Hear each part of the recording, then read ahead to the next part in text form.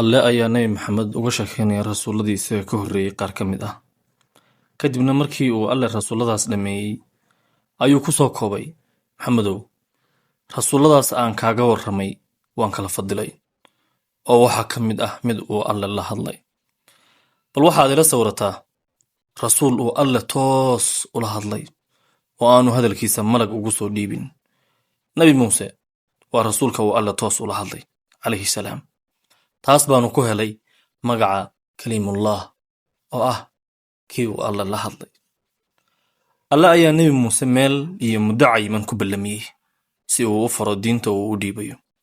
nebi muuse tolkii buu uga soo dheereeyey meeshii uu alle kula ballamay. alle waxa uu weydiiyey, muusow, maxaad tolkaa uga soo degdegtay? nebi muuse calayhi salaam waxa uu ku jawaabay mid ka mid ah jawaabaha ugu xiisaha badan qur'aanka kariimka ah. waxa uu ku yidhi, rabbiyow, way daba socdaan. anna waxaan u soo degdegay xiise, hilow iyo boholyo waan u qaba hadalkaaga. u fiirso, waxaan u soo degdegay xiise, hilow iyo boholyo waan u qaba hadalkaaga. saaxiib, hadalka alle waa waxa ugu sarreeya ee qof bani aadam ah iyo malagba u jeclaado marka laga yimaado ilaahay subxaanahu wa tacaala.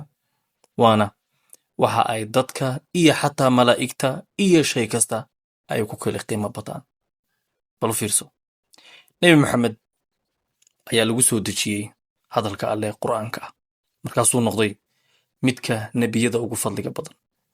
malaku jibriil ayaa soo dejiyey, markaasuu noqday midka malaa'igta ugu fadliga badan. meelo badan oo qur'aanka ka mid ah ayaad ku arkaysaa malaa'igta iyo jibriil. haye, miyaanu jibriil malaa'igta ka mid ahayn? haa, uu ka mid yahay. haddaa maxaa gaar loogu sheegay ee malaa'igta kale looga soocay? waa uu ka fadli badan yahay. haye, muxuu ku helay fadligaas? waxa uu ku helay qur'aanka kariimka ah waa uu ku soo dejiyey rasuulka calayhi salaam. bisha ramadaan buu qur'aanku soo degay, markaasay noqotay bishani bisha bilaha ugu qaalisan. si gaar ah habeenka laylatulqadri ayuu soo degay, markaasuu habeenkaasi noqday habeenka habeenada ugu qaalisan. maka iyo madiine ayuu ku soo degay, markaasay meelaha adduunka ugu sharafta, milgaha iyo maamuuska badan noqdeen.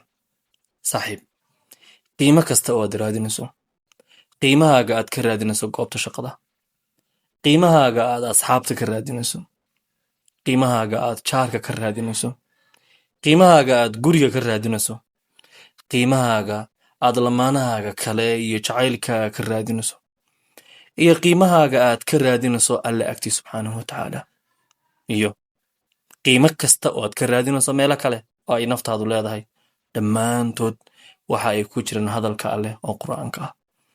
intaad isaga u jirto ayaanay sharaf, karaamo, milge iyo maamuusba ku jirsanayaan. ee xidhiir joogta ah la yeela hadalka alleh subxaanahu wa tacaala.